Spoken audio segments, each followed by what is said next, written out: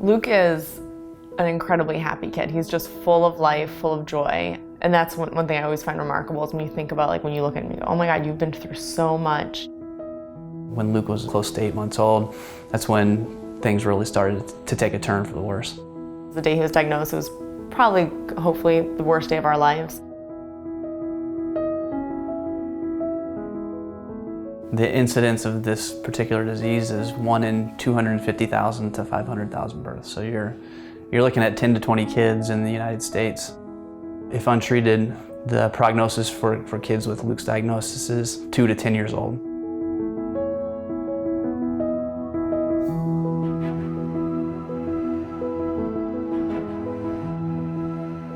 We knew we were facing some high stakes. You know there's a chance that you might not bring your baby home from the hospital.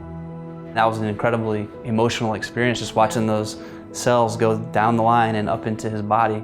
And that was his second chance of life.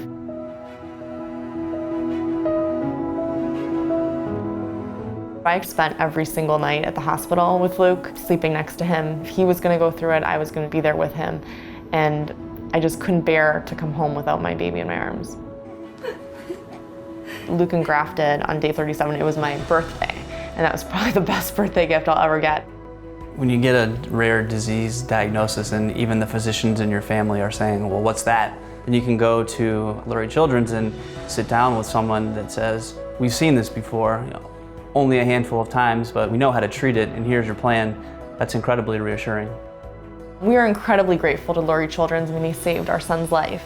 There wasn't a treatment for it 20 or 30 years ago. With research, one day there may be a way to treat his disease without having to undergo a harsh stem cell transplant. And to the extent that we can help the hospital get closer to reaching that goal, we want to do anything that we can to help.